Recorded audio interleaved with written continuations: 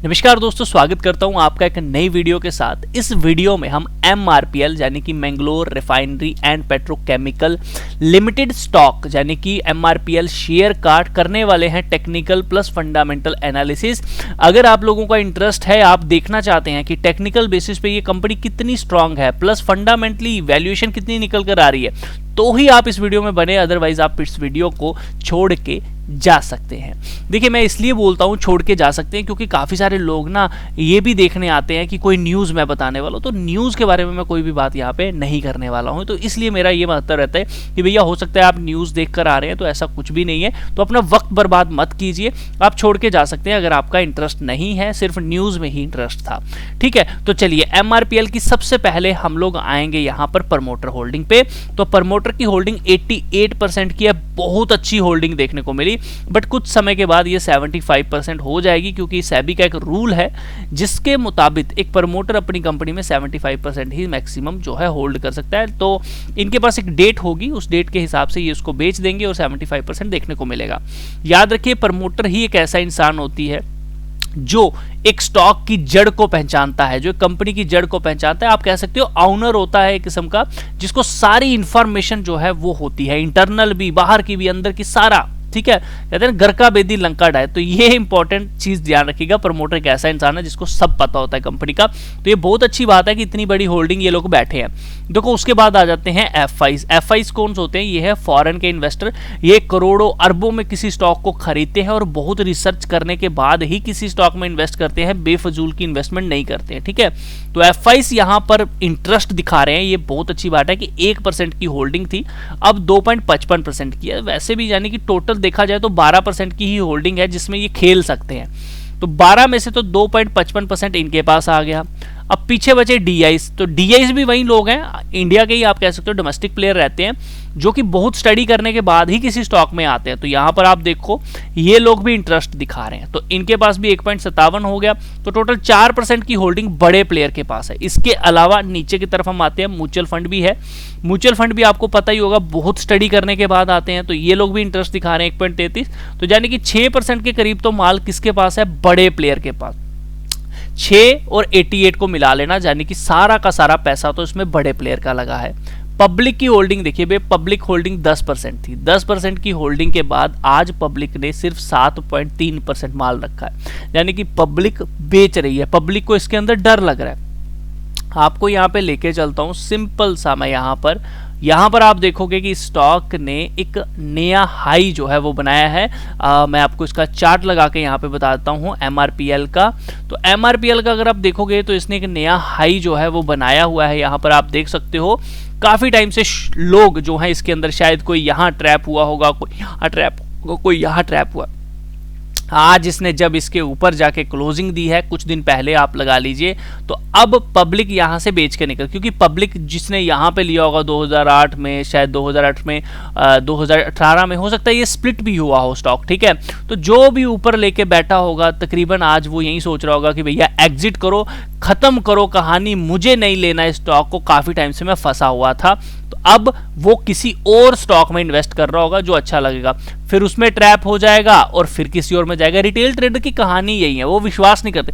जब आप फंडामेंटली किसी कंपनी में आए हो ना, तो विश्वास रखो। हो सकता है वो 5 सालों तक आपको तड़पाती रहे, हो सकता है 10 साल तक तड़पाती रहे, लेकिन अगर वो अच्छी कंपनी है, अच्छा काम कर रही है, तो एक ऐसा आपको रिटर्न देगी जिसके बारे में आप कभी सोच भी नहीं सकते। तो अभी जो पब्लिक बेच रही है वो डर के मारे बेच रही है, क्योंकि ये लाइफ टाइम हाई पे आ चुका है।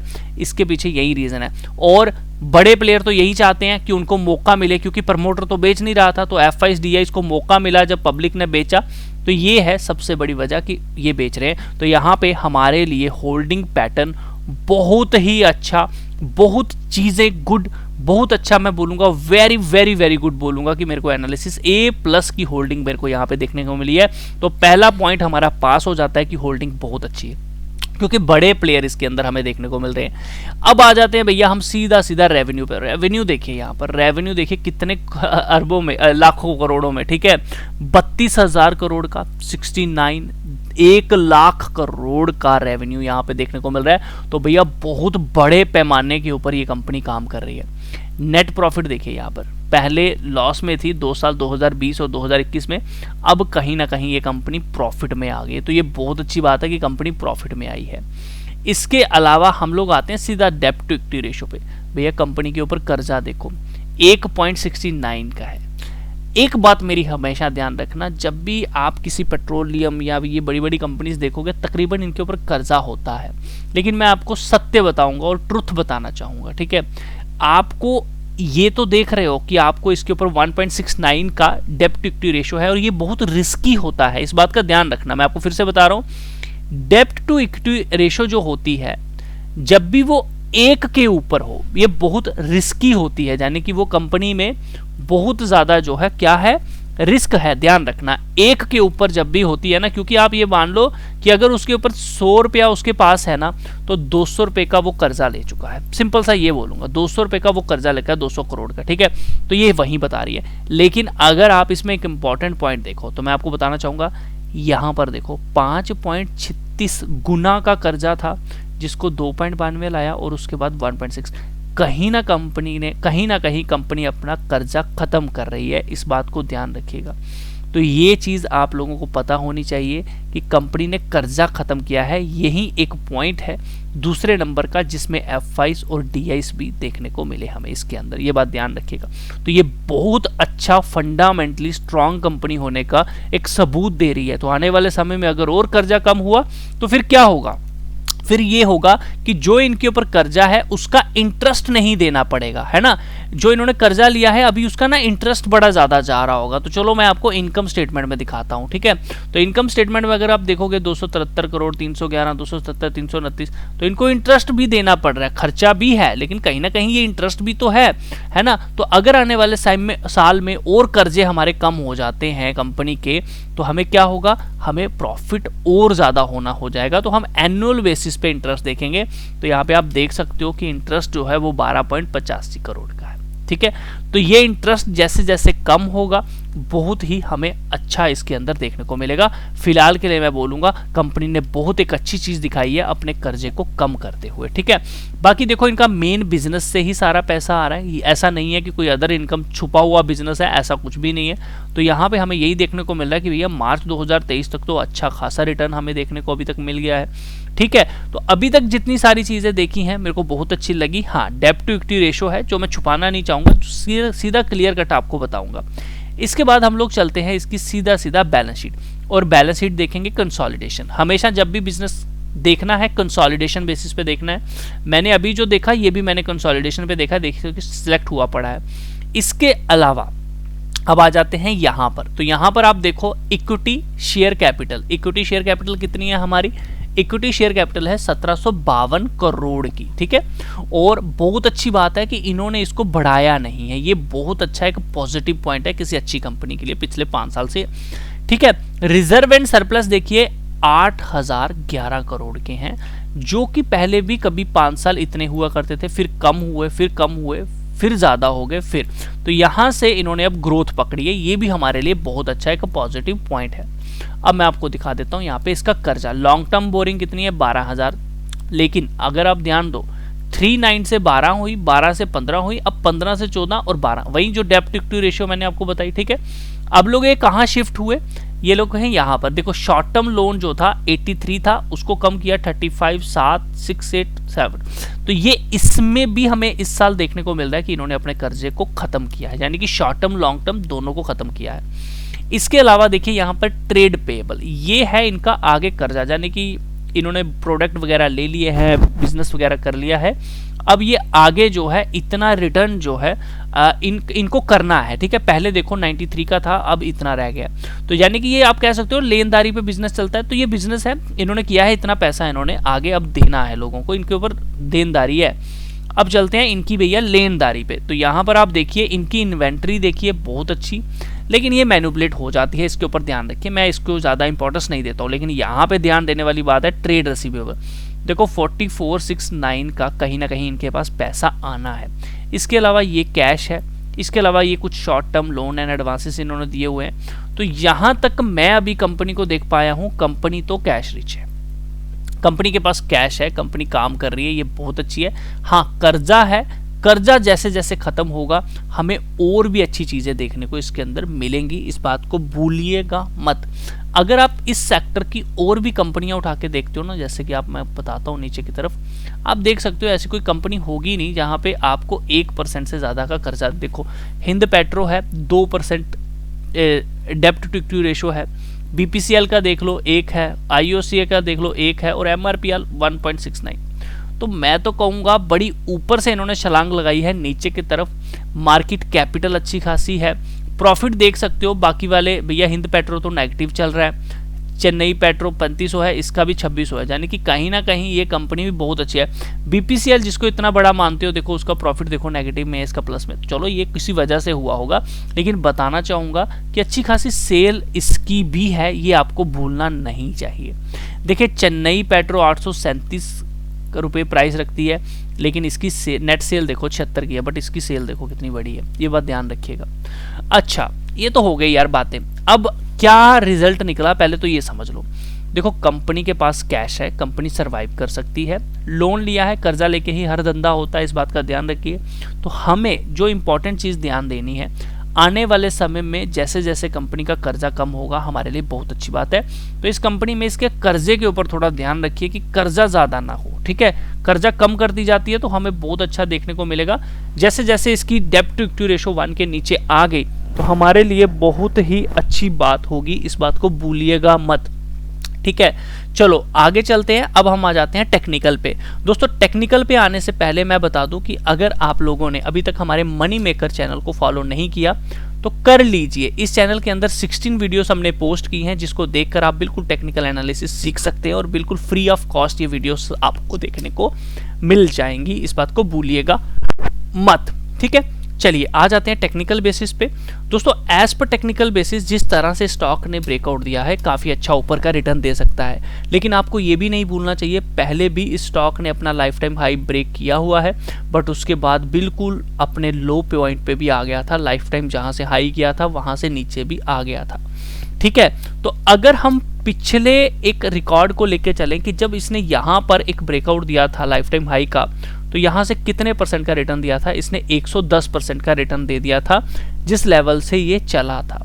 अब दोबारा यहीं से चलने की कोशिश कर रहा है, तो अगर हम यहाँ से उसी एक गेस को लेके चले तो भाई यहाँ से कम 110% का रिटर्न का जो आपका टारगेट बनेगा वो नियर अराउंड 311 का बनता है।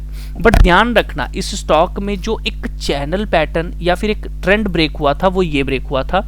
इसके अकॉर्डिंग अगर हम देखें तो पॉसिबिलिटी ये भी निकल कर आ रही है कि अगर इसने इसको हिट किया तो कम से कम भैया आने वाले टाइम में 400 प्लस जा सकता है, लेकिन ये 400 यहाँ तक आने में समय लगेगा।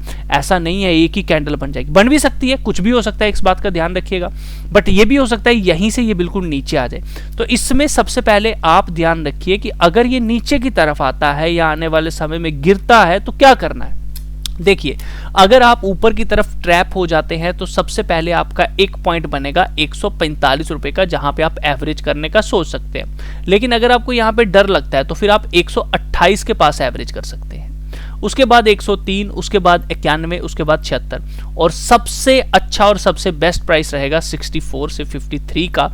अगर इस लेवल पे ये कभी भी इन फ्यूचर स्टॉक आए तो ये बहुत अच्छा प्राइस है, यानी कि यहाँ पे आपको म्यूचुअल फंड एफआईज डीआईज के जो एवरेज प्राइसेस है ना वो यहीं पे देखने को मिलेगी, इस बात का ध्यान रखिएगा। बाकी ये बीच में लेवल है, इन लेवल्स के पास ही एवरेज करनी है क्योंकि ये टेक्निकल बेसिस पे निकले हुए लेवल हैं। इसी के साथ मैं आपको एक चीज और बताना चाहता हूँ, एक बात मेरी ध्यान में रखिएगा। अगर आप लोगों को अभी यहाँ पे प्राइस प्रॉपर तरीके से नहीं दिख रहा, वीडियो ब्लर है, तो आप क्वालिटी बढ़ा सकते हैं, लेकिन अगर क्वालिटी बढ़ा के भी आपको कुछ नहीं दिख रहा तो मैं बोलना चाहूँगा समझ आएगा .in एक मैंने ऐसा पेज बनाया है, ये डिस्क्रिप्शन में आपको लिंक दे दूंगा। इसके ऊपर मैंने अपने सारे चार्ट एनालिसिस शेयर किए हैं, आप देख सकते हैं। MRPL का भी है, यहाँ पे क्लिक करेंगे तो प्रॉपर आपको खुल जाएगा, आप अपने पास डाउनलोड करके भी इसे रख सकते हैं। डिस्क्रिप्शन में आपको लिंक दे दिया गया है, ठीक है। अब ध्यान रखना सबसे पहले कि इसमें 300 प्लस का तो टारगेट बन ही रहा है, लेकिन अगर आने वाले 5 सालों में इसने अपनी डेप्ट टू इक्विटी रेशो को सुधारा और अच्छे रिटर्न, अच्छे क्वार्टरली रिजल्ट दिए तो भैया आने वाले 2030 तक ये स्टॉक आराम से, अगर आप देखोगे ना कहीं इसी ट्रेंड को हिट करने की कोशिश करेगा और 2030-2029 तक ये 700 प्लस भी जा सकता है, ठीक है। मैंने जितने भी एनालिसिस किए हैं, मेरे एनालिसिस में जाके आप लोग देख सकते हो कि जो चार्ट पैटर्न बनाए हैं जो टेक्निकल बेसिस पे, अभी कुछ दिन पहले हमने IFC का किया था, ठीक है। IFC मैंने आपको बताया था, यहाँ पर आते हैं, देखो ये इसके ऊपर होगा, ये है IFC। ये चार्ट पैटर्न मैंने शेयर किया था, 28-38 रुपए के करीब चल रहा था, ये लेवल बनाया हुआ था, यहाँ तक बोला था 69 से 56। आइए मैं आपको यहाँ पे दिखा देता हूँ, ये देखिए IFCI, आप लोग देख सकते हैं, मेरा ओल्ड वीडियो भी उठा के देखिए, देखिए मार्केट फॉलो करती है, ये देखो एग्जैक्ट उसी लेवल को हिट किया है, देख सकते हो एग्जैक्ट उसी लेवल को हिट किया है। कुछ टाइम पहले हमने बेल का एनालिसिस किया था, आप लोग बेल देख सकते हो, ये देखो एग्जैक्ट हिट किया है यहाँ पर, ठीक है। हमने REC का एनालिसिस किया था आप लोगों के साथ, आप उसका एनालिसिस देखिए, जो लेवल बनाया था एग्जैक्ट वहीं पे हिट हुआ है। आप ओल्ड स्टडी हमारी उठा के देख सकते हैं, और मार्केट उठाता है, ये मेरी कोई स्टडी नहीं है, ये एक्सपीरियंस के हिसाब से चीजें आई हैं और मार्केट फॉलो करती है, इस बात को ध्यान रखिएगा। कभी कभी समय लेती है, कभी एकदम से आ सकती है। देखिए जिस तरह से अभी इसके अंदर क्या हो रहा है, पब्लिक निकल रही है, बड़े प्लेयर एंट्री ले रहे हैं, तो इसका मतलब यह है कि एक फास्ट मूव आ सकता है, एक फास्ट मूव आ सकता है, क्योंकि पब्लिक को ये लोग मौका ही नहीं देंगे अब दोबारा खरीदने का। पब्लिक को बस यही विश्वास दिलाया जाएगा, ये सस्ता हो जाए हम ले ले, ये सस्ता हो जाए हम ले ले, ये सस्ता हो जाए हम ले ले, लेकिन पब्लिक नहीं ले पाएगी क्योंकि ये सस्ता नहीं होगा, ये भागता जाएगा, ठीक है। लेकिन ये भागता जाएगा जरूरी नहीं है, ये गिर भी सकता है क्योंकि इसकी हैबिट रही है नीचे गिरने की, तो ये गिर भी सकता है, तो हमें उसके लिए भी रेडी रहना है। तो हम लोग इसके अंदर 20 पीरियड एवरेज का इस्तेमाल करेंगे और बुलिंगर बैंड का इस्तेमाल करेंगे। देखिए फ्रेश एंट्री अगर कोई करना चाहता है 145 के पास मिल जाए तो बहुत अच्छी है, अदरवाइज यहाँ पे 10% ही लेना चाहिए। 10% का मतलब है अगर आप इस स्टॉक में 1 लाख लगाना चाहते थे तो इसमें अभी 10,000 ही लगाइए, ताकि अगर ये ऊपर की तरफ भाग जाए तो कभी आपको रिग्रेट ना रहे कि भैया ये भाग गया और मैं ले ना पाया। और अगर ये नीचे आता है तो आपको बड़ा नुकसान नहीं देगा, आप कभी ट्रैप नहीं हो पाएंगे, आप कभी ये नहीं कहेंगे कि काश ये मेरे प्राइस पे वापस आ जाए मैं एग्जिट। देखो कितने सारे लोगों ने, ध्यान रखना, कितने सारे लोगों ने ये लाइफ टाइम हाई पे लिया होगा, हो सकता है स्प्लिट हुआ हो, ठीक है, या फिर यहाँ पे लिया होगा, यार आज इतने समय के बाद वो प्राइस आया ना तो वो प्रॉफिट में नहीं आ पाए। लेकिन अगर उस समय पे जब ये हाई था कहीं ना कहीं अगर उन्होंने 10% लिया होता और उसके बाद नीचे आ गया तो कहीं ना कहीं अगर ये फंडामेंटली उस टाइम भी स्ट्रॉन्ग कंपनी आपको लगती थी या फिर यहाँ पे आके इन्होंने अपने फंडामेंटल स्ट्रॉन्ग किया तो आप अपने पैसे अगर आपने बचा के रखे होते उस टाइम पे 10% लगाया होता, 90% आपका बचा होता, तो आप एक अच्छे लेवल पे बाइंग कर सकते थे ना। थोड़ी एवरेज यहाँ करते, थोड़ी यहाँ करते, अगर आपको फंडामेंटली अच्छा लगता तो। अगर आपको लगता नहीं मैं ट्रैप हो गया हूं तो आप 10% का नुकसान ले सकते थे। 10,000 में आपको कितना नुकसान है, 1000 का, आप बोलते छोड़ यार मार गोली, मुझसे हो गई गलती, मैं किसी और स्टॉक में शिफ्ट हो जाता हूं, है ना। आप 10,000 का नुकसान ले सकते हो छोटा। लेकिन अगर आप 1 लाख पूरे ही ले लो तो जब वो नीचे आए 10 रुपये, आपके पास 1000 स्टॉक हो, 10 रुपये नीचे आए तो 10,000 का नुकसान देख के फिर दुख बड़ा होता है जिंदगी में, हम निकल नहीं पाते, हमारी इमोशंस जुड़ जाते हैं। जब आप थोड़ा पैसा लगाओगे ना, क्योंकि अभी ये प्राइस महंगा है ना, थोड़ा पैसा लगाओगे ना तो आपके पास एवरेज, जरूरी नहीं है FIs इसको यहीं से ले जाएं, जरूरी नहीं है DS इसको यहाँ से ले जाएं, हो सकता है नीचे लाएं, हो सकता है तो उनकी पैसे तैयार हैं, मैं यहाँ भी खरीदूंगा, यहाँ भी खरीदूंगा, यहाँ भी खरीदूंगा। वो कभी भी एक लेवल पे नहीं खरीदते हैं। देखो अगर FIs को एक ही लेवल पे खरीदना होता, सोचना मेरी बात, अगर FIs को एक ही लेवल पे खरीदना होता तो वो 2023 में यहाँ पे ही सारा पैसा लगा देते ना। उन्होंने यहाँ क्यों खरीदा, उन्होंने यहाँ क्यों खरीदा, उन्होंने यहाँ क्यों खरीदा, उनको अच्छा लग रहा है तो वो ऊपर भी खरीद रहे हैं, उनको बुरा लगेगा वो बेचना भी शुरू कर सकते हैं, ठीक है। उनको लगेगा हमें खरीदना है तो वो खरीदेंगे, वो ऊपर भी खरीदेंगे। जब उनको लगेगा ना कि नहीं पूरा मतलब पैसा है तो वो ऊपर खरीद रहे हैं ना, वो नीचे भी तो खरीद सकते थे, नहीं, उनको ऊपर की तरफ अब अच्छी अपॉर्चुनिटी दिख रही है वो खरीद रहे हैं। अगर उनको कल को नीचे की तरफ अच्छी अपॉर्चुनिटी दिखेगी तो वो लेंगे। तो जब भी एक स्टॉक आपके लेने के बाद नीचे आता है तो आप लोगों को भी रेडी रहना चाहिए किसी एक लेवल पे बाइंग करने के लिए। जैसे कि आपको बोला 145, थोड़ा आपने अगर 10% यहाँ ले लिया, 5% यहाँ ले लेंगे, 5% यहाँ ले लेंगे, 3% यहाँ ले लेंगे, 30% चलो टोटल हम बाइंग कर लेंगे नीचे एवरेज करते हो, हम ज़्यादा नहीं लगाते। अब हमें पता है हम यहाँ पे ट्रैप हो चुके हैं हमने क्या किया, हमने थोड़ा यहाँ लिया, थोड़ा यहाँ लिया, टोटल हमने बोला 1 लाख में से चलो यार 30,000 लगा देते हैं, 10,000 यहाँ लगाए थे, 5,000 यहाँ लगाते हैं, 5 यहाँ लगाते हैं, 5 यहाँ लगाते हैं। उसके बाद हमने भी डिसाइड कर लिया यार तू तो रुक ही नहीं रहा, तू तो नीचे रुक ही नहीं रहा, वेट कर यार, थोड़ा सा रुकना चाहिए, कंसोलिडेशन होनी चाहिए, कोई एवरेज आनी चाहिए, वापस जाना चाहिए। नहीं हो रहा ऐसा, हम 30,000 लगा के ही भूल जाएंगे, चलो यार फंडामेंटली अच्छी कंपनी है, बट जिस दिन मेरे प्राइस के ऊपर जाएगा मैं और खरीदूंगा, मैं तब खरीदूंगा तुझे, तब मैं मानूंगा कि हाँ भैया तू मेरे प्राइस के ऊपर आया है, तुझे ऊपर जाना है। और ध्यान रखना एक बात का, अगर आपने कोई स्टॉक लिया है और आपके लेते ही गिर गया है और वापिस कभी भी इन फ्यूचर आपके प्राइस के पास आता है तो उसको बेचना नहीं चाहिए, उसमें वेट करना चाहिए, वो हमेशा आपको अच्छा रिटर्न देगा, वो ऊपर जाएगा, ये बात ध्यान रखिएगा। तो अगर आपकी स्टडी अच्छी है, बिना स्टडी अच्छी कुछ नहीं हो पाएगा, तो स्टडी करना सीखिए। हमारे चैनल पे आप सीख सकते हैं, बहुत जल्दी एक एडवांस वीडियोस भी आने वाली हैं, उनको भी आप ज़रूर देखिएगा। बाकी हमारे एनालिस्ट चैनल को ज़रूर फॉलो करना है, जिन्होंने अभी तक नहीं किया, अभी तक वीडियो में बने हो तो यार लाइक कर देना, अपने व्हाट्सएप स्टेटस पे ज़रूर लगा देना, ठीक है। मिलता हूँ आपके साथ नेक्स्ट वीडियो में। ये वीडियो अच्छा लगा लाइक ज़रूर करें, शेयर ज़रूर करें, एंड इसी तरह की और वीडियोस पाने के लिए चैनल को सब्सक्राइब ज़रूर करना है, मैं बार बार बोल रहा हूँ। एंड इंपॉर्टेंट चीज़, ट्रेड लेने से पहले सोचना है, समझना है, आपका जो भी फाइनेंशियल एडवाइजर है उनसे ज़रूर आप लोगों को पूछना है, ठीक है, क्योंकि रिस्क आप सबका है, पैसा आप सबका। मैं तो एक पेन घुमा रहा हूँ यहाँ पे, ड्रॉ कर रहा हूँ, कुछ भी बोल रहा हूँ, है ना, लेकिन पैसा तो आपका है ना, आपने भी सोचना है, आपने भी समझना है, क्योंकि रिस्क आप सबका है, ठीक है। तो सोच कर समझ कर इन्वेस्ट कीजिएगा, पैसा आपका है। मिलता हूँ नेक्स्ट वीडियो में, तब तक के लिए अपना